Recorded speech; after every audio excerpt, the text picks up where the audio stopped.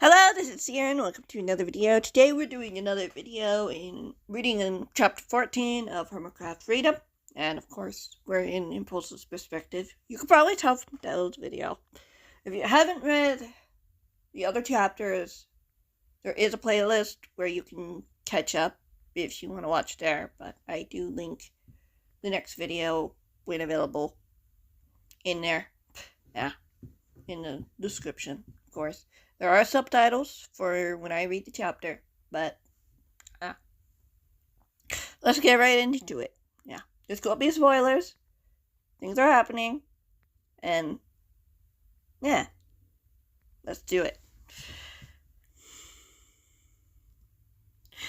Impulse sat cross-legged on the cold cobblestone floor. He was in a dimly lit cell, somewhere deep underground. He wasn't sure how long they'd been down here. The sun had just begun to rise when their captors had led the 4 prisoners to another inconspicuous cave. There was no way to know how much time had passed. The only sign was the rumble of his stomach. He hadn't eaten anything since last night. He'd been focused on finding a way to stop the gnoll, or at least weaken its effects on his gadgets, even with Doc and Tango pitching in. It wasn't as much progress as he was hoping for. He pressed his back against the stone brick wall. It was cool to touch. He didn't care. There were far more terrifying things than being a little cold. He looked down at the floor. His shackled feet were attached to the floor. The chain allowed for some movement, enough to walk to the cell window that opened to where the defectors were holding Grian. He could get up and go to the window now to see Grian, but what was there to talk about? One of their friends had betrayed them, luring them into a trap where Rob and his had been waiting for them. Impulse closed his eyes and sighed. The man they thought was their friend had only asked Grian to come. Yet they decidedly took Impulse and the boys as well. They'd only meant to capture Grian. And now they had. Why would he do it? After everything we've been through together as a family. Impulse blinked away tears, staring toward the cell door that led to the brightly lit hallway. Blake and Liam were somewhere in this hideout as well. Were the defectors interrogating them? Or were they waiting for something? Or someone? There were no signs as to what their captors were up to, or what their goal was. That couldn't be it. Not after he'd heard Joel and Brian retell what happened at the school. What did they want from him? From them? A groan came from Grian's cell.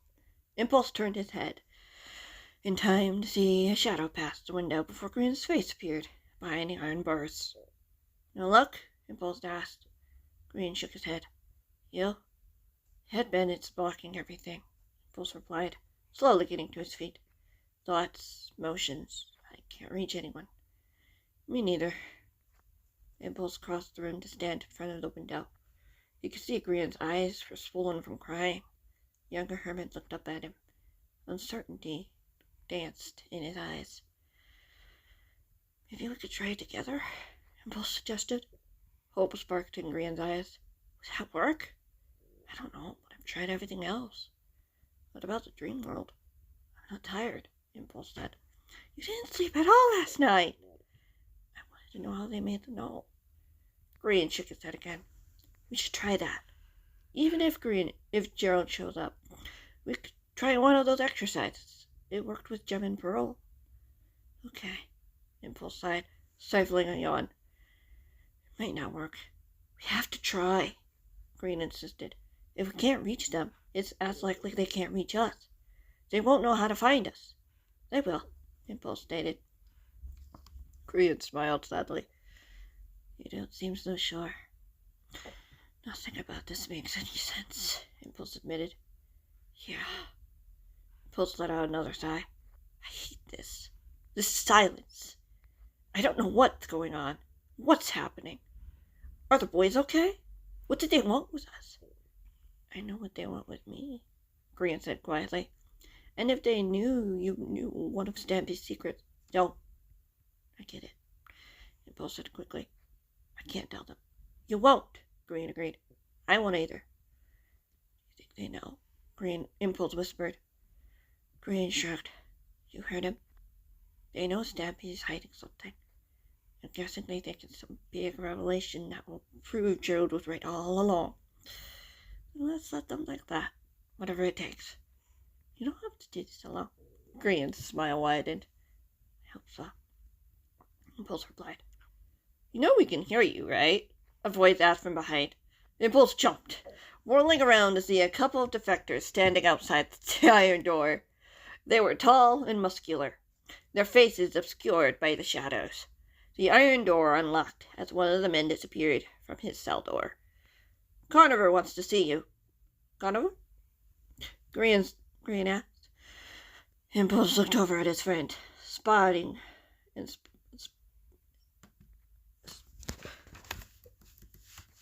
oh my gosh.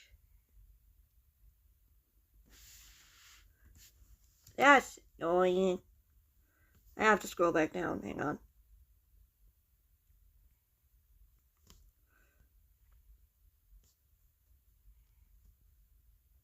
There it is. Spotting the other soldier unlocking Grian's cell door. There we go. I was trying to fix it, but it wouldn't let me do it. But we're good now. We're not telling him anything. Impulse glared over at his shoulder at the man who stepped into his cell. You don't need to, the man said blandly, crossing the room, until he was feet away from the hermit. Impulse watched as the man pulled a key from his pocket, kneeling to unlock the shackles around the hermit's ankles. What's stopping us from running now? Just running now?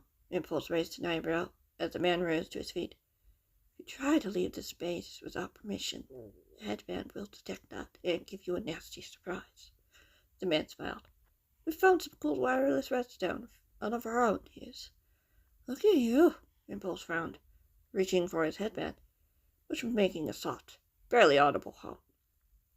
We have to find some way to keep you from spoiling everything, the man sneered. Well, if you stopped trying to kill us, maybe it wouldn't be a problem. Impulse snapped. The man grabbed him by the arm and yanked him away from the window. There's no time to chat, I'm afraid. We've got places to be, the soldier said calmly. Impulse reluctantly followed the man. How exactly would the headband sense that he was trying to escape, if it wasn't reading his thoughts? Would there be sensors on all the exits? He glanced over at Grian, who was being dragged by the other guard, not far behind. What if they tried tunneling their way out?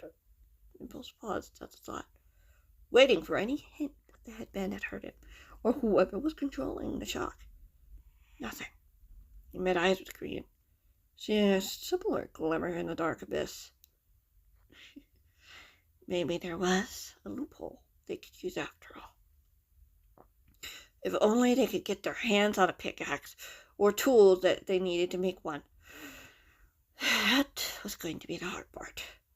But Impulse knew there had to be a way to get all of them out without risking their lives to do it.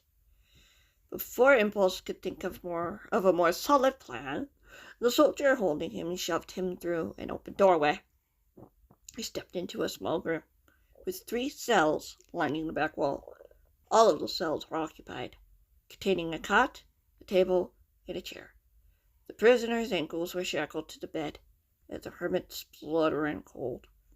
Liam and Blake were in 2 of the cells, but he couldn't stifle the gasp that he uttered when he saw the 3rd prisoner. Sam? The young man looked up. His face was scraped and bruised in multiple places. He sat in the wooden chair, his deep blue eyes full of uncertainty and concern. There was a cut on his left arm that still looked relatively fresh and recent. The boy's eyes widened when he saw the 2 hermits enter the room. Good, everyone's here, an unfamiliar voice said, breaking the tense silence. Both turned to see another room opened up. 2 men were standing in front of the entryway, obscuring a machine behind them. Impulse recognized Rob immediately as he scowled. The man next to him was taller, slimmer, his dark hair and dark eyes a stark contrast to his pale face. The man wore a red jacket and dark blue jeans. It's time to get started. Started with what? Green asked nervously. Shouldn't that be obvious? The man flashed a smile. That traitor has to pay for what he's done, regardless of how much of a coward he is. Sure did inform us that, Rob started, but the other man held up a hand. Whether he's causing more problems for us doesn't matter. The more people he saves, the more he loses. Save? Green squeaked.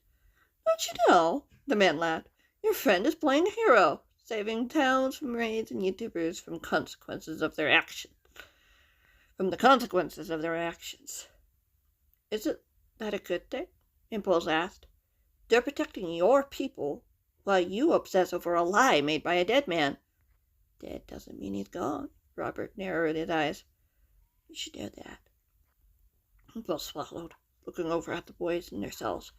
What about them? The man shook his head. Conover has plans for them, just as he does for you. Nicely said, Robert, Conover replied before looking into the room. The machine appears to be ready for our subjects. This won't hurt?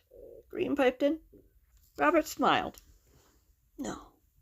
At least, not physically.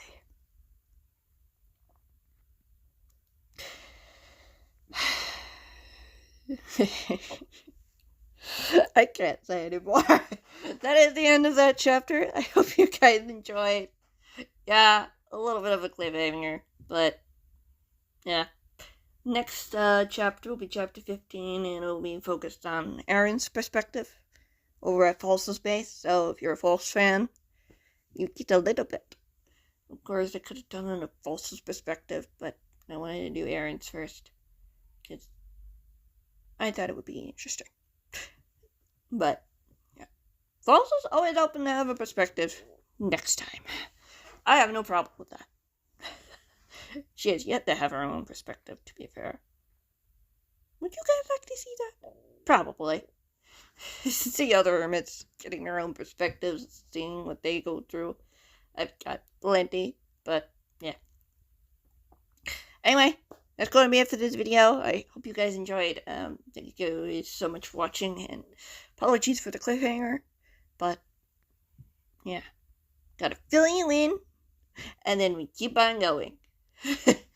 It's gonna be fun.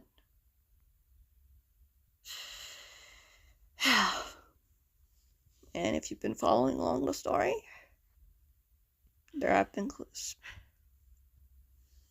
I'll see you in the next one, whenever that might be. Goodbye.